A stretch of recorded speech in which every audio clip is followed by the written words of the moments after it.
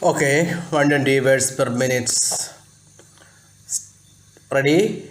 Start.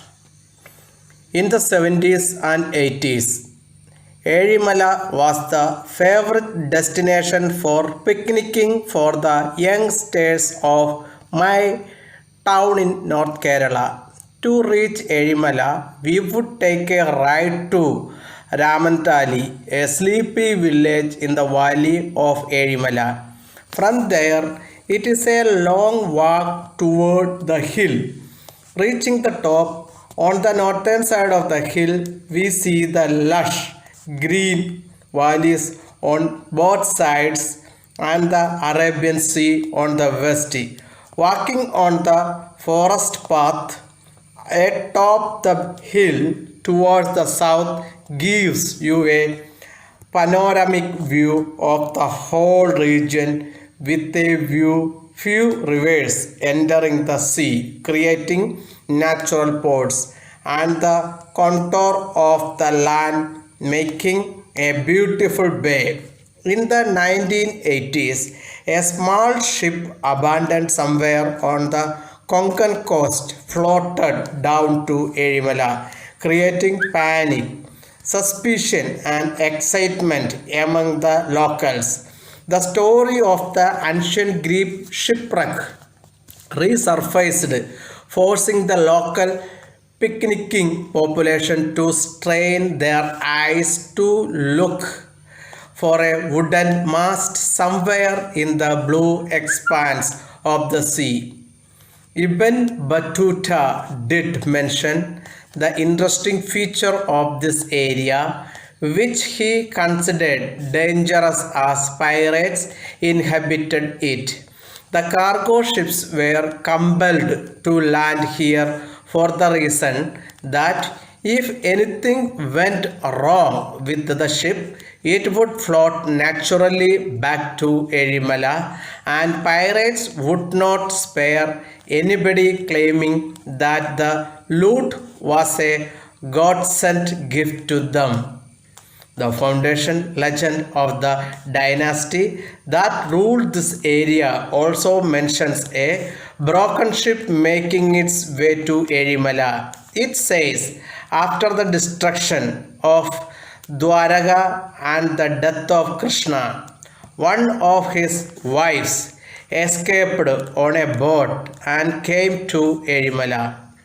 Her son was Ramakatha Musaka alias Iramkuda Mover, the founder of the Musaka dynasty, which ruled North Malabar before the Colatrices. The misery over the Musakas initiates from the name of the dynasty itself. Sarkar and many historians consider it Musika, the Sanskrit word for rat ant, their abode as Eli Mala, a Malayalam equivalent for the mountain of the rats. Chirakkal T. Balakrishnan Nair, a descendant of the Kollathiri dynasty and a local historian, explains that the name is derived from the Sanskrit word Musaka, denoting a kind of sirsa tree, Mimosa sirsa. According to Balakrishnan Nair, the hill should be pronounced Erimala, meaning seven hills. He again suggests that Kollatiris, the later rulers of the region, must have appropriated the insignia of the Musagas, depicting a boat, a bunch of Musaga flowers, and a sword. Sarkar agrees with V.K. Subramanya Iyer that the capital of Musagas was at Kollam, which Iyer identifies as Kollam or Pandalani Kollam, 30 km north of Kozhikode, the port city. Iyer, however, could not comprehend the absence of epigraphic references to Musakas in this region and the existence of the same in the Kannur district around Erimala. The artists of the local ritual dance Theyyam refer in their incantations to Kolaswarupam, the landmass, the present day Kannur district. Balakrishnan Nair argues that Kolam should be considered as the kingdom's name and not as the capital of Musakas. There are many towns in Kannur district which can claim the position of the erstwhile capital. The word Thali in North Kerala denotes a capital city.